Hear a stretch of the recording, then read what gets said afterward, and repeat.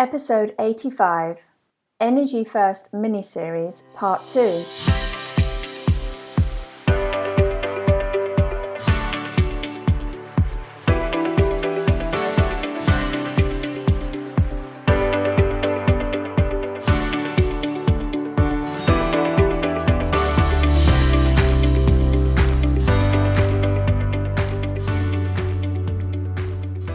Hi, this is Ruth Elizabeth Hancock and welcome to part 2 of my Energy First mini-series. And this week we're going to be talking about intention, because intention is everything. The evidence behind this also comes from quantum physics, and this comes from the observer effect, which is something that has been around for 100 years and has been recreated hundreds of times, probably by hundreds of different people, and it always comes up with the same result, which is that we can affect matter by observing it. And the participatory effect by John Wheeler, who showed us that it is our intention that actually affects this matter, this physical matter. So by consciously observing something, we can affect whether it is then seen as energy or matter, and by participating with this energy, which is consciousness, we can also affect the result through our intention. So if our intention is that it is going to be matter, then it collapses into matter. The energy collapses into matter. If our intention is that it is going to be energy, then it remains as an energy wave. So in today's episode, I really want us to grasp the full extent of what intention means, because it's so much more than simply your conscious intent behind something. And that is because we're also going to look at the metaphysics today behind intention as well. But first, let's have a little think about what intention is. So, for example, when I wrote my book, my intention behind the book was to wake up people's energy, if you like, activate dormant DNA, expand their consciousness, allow them to think beyond their current reality, allow them to think beyond their current life. This was the intention that I had when I wrote my book. Now let's think about what is the intention of a film. So somebody wrote the film, someone came up with the film idea, they wrote this script for it, they had the actors for it, but what was the original intention of the film? Was it a beneficial and high vibrational intention, or was it more of a dark and lower vibrational intention? Because it is the intention behind the film that creates the energy that we absorb when we are watching it. Now let's think about the intention behind your business. Why are you running your business? There may be many different reasons why you're running your business, but what is the intention behind it? Was the intention simply to make money? Was the intention to do something that you are passionate about and you love? Was the intention to add more beauty into the world? Or was there no intention at all? Did you just start this business just because it seemed like a good idea at the time, and now you're still running it in this way, but you actually don't have a specific intention of why you started it? Well, there will still be an intention in there somewhere, and because we create our life and reality through our intentions, it is important that you understand and find the intention of why you began your business, why you are running your business. And then you turn that into your conscious intention. That becomes your conscious intention for your business, which then allows you to create more success and manifest more of the reality that you want to experience. The more intentional we are in our life and business, the more we will experience the intention that we send out into the world. Although we understand the science behind intentions now in terms of quantum physics, intentions have been around for a very long time and could be seen as spirituality in the past, because intentions are what we used to call spells. I think many of the scientists in the world are now beginning to wake up to the reality that we probably are not the most advanced species that has ever walked this planet, and it's looking more and more likely, and there's more evidence to prove this, that there were an advanced civilization living thousands and thousands of years ago who probably were far more advanced technologically and scientifically than we are now. But the difference between them and us is that they understood how to work with and harness consciousness, how to harness and tap into the laws of nature, the laws of the universe, the laws of physics, if you like, in a way that doesn't use AI or AI technology that we are trying to replicate today in order to give ourselves the super abilities that probably our ancestors already had. So because these advanced civilizations understood much more about technology and science than we do today, they understood about conscious intent. And conscious intent, like everything in life, can be used for good or bad or negative, low vibrational, however you want to view it. And it is the intention behind everything that then dictates the direction, the energetic direction of where that thing will then move off into. If we look at this, if we come at this from a metaphysical point of view, which is the understanding that everything has an energetic vibration of its own, everything has a vibrational frequency, and then this frequency is collapsed into matter by consciousness, which creates the physical reality that we see around us. There are many, many scientists, quantum physicists, who believe that we are living in a holographic universe.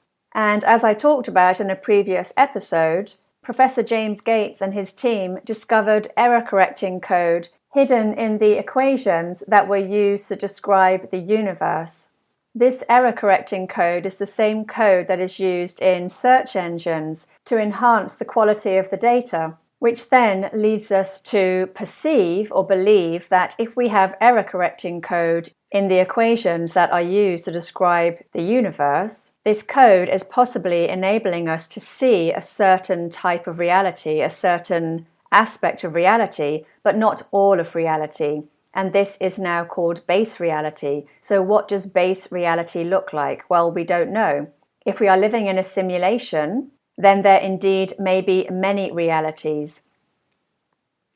But the reason that I've just told you about this is to help you see and view the universe and our world, our reality, as more of a vibrational frequency, as a holographic universe, because I think that this really helps us to see how illusionary life can be, but also how quickly we can change life. If it is all of a vibrational frequency, then we can change our reality by changing our frequency. And I find this hugely empowering, and I'm hoping that you do as well. So coming back to everything has an energetic vibration of its own, we can see that different frequencies can be added to these vibrations depending on who's entangled with it, what emotions and feelings have become entangled with it. The best example that I can give for this is, again, looking at the food that you're eating and enjoying every single day. Who made this food? Was this created by a company that uses chemicals and underpaid workers to make their food? Or was it created by a company who truly loves food and wants to spread their love of food to all of their customers? One of these foods is going to be low vibrational because the intention behind it was that the worker is underpaid, probably feeling quite stressed, maybe quite grumpy, and possibly not putting love and passion into the food as they make it. The other food is going to be high vibrational because it's pouring all of the love and passion into the food of the person that makes it. And then we can track back the supply chain and look at what are the ingredients, where have the ingredients come from? Are they using organic ingredients? Are they using ingredients from happy animals, natural farming, farmers who are happy in what they're doing and enjoying what they're doing? Or as we look back through this supply chain, is there going to be continuous stress, underpayment, exhaustion, pain, suffering, and even worse, child labour? When the food ends up on our plate, what is the energetic vibration that we are actually eating? Is this a low vibrational energy or is this a high vibrational energy? Because both of these are going to affect you. They're going to affect your energetic vibration, your vibrational frequency, which of course is why junk food, processed food brings us down in vibration, and healthy, plant-based, natural foods are going to bring us up in vibration. And finally, let's look at the energy that you are bringing to the table. What is the energy that you are bringing into your home? What is the energy that you're bringing into your job, into your career, into your business? What is your vibrational energy? Are you satisfied in life? Are you happy in life? Are you happy with what you're doing? Are you happy with the way that life is going? Are you in a fulfilling relationship? Are you in a fulfilling career? Do you feel valued by the company that you're working for? Are you living with daily purpose? Are you living with daily passion? Do you have a strong identity? Do you know yourself well? Do you know who you are? Do you know what you're passionate about? Do you know what your purpose is? This all goes hand in hand with intention, because of course if we don't know what we love doing, if we don't know what our purpose is, if we don't know why we're doing something, if we don't know who we are, what excites us in life, or what we are truly passionate about, then we will not be able to set conscious intentions. So as you probably know, all of self-development, all personal development, all spiritual development, it all starts with knowing who we are. And the fundamental part of all of this is know yourself. Because when you know yourself, you know what the intention is that you are sending out into the universe. And that intention will, of course, then create your reality. It is creating the vibrational frequency of your reality, which then is collapsed into matter via consciousness. Okay, so that's all for today. I hope that this mini-series has really helped to expand your mind and help you to see things in a different way, because it's so important what our true thoughts are in life. And our true thoughts come from our beliefs and perceptions. So it's really important to understand how you perceive life. What are your beliefs around life? Because these are creating the reality that you're currently living. And maybe if you're not enjoying your current reality, start by changing your perceptions, changing your beliefs, and the rest will start to change as well. In the meantime, if you want some help with gaining more mastery over your energy and helping you to understand who you are and what makes you tick, then you may enjoy doing my Energy Mastery course. It's a 4-week course with guided meditations to help you work through things, and it's going to help you wake up your energy and help you to master your energy, accurate your consciousness as well, so that you can start creating a more conscious and enjoyable reality for yourself. If you want to discuss this or anything from my podcast episode, then do feel free to reach out to me on @WorkYourEnergyPodcast on Instagram or Facebook, and @WorkYourEnergy on Twitter, and I'm on LinkedIn as well. So I look forward to catching up with you next week. Have a great week. Okay, take care. Bye.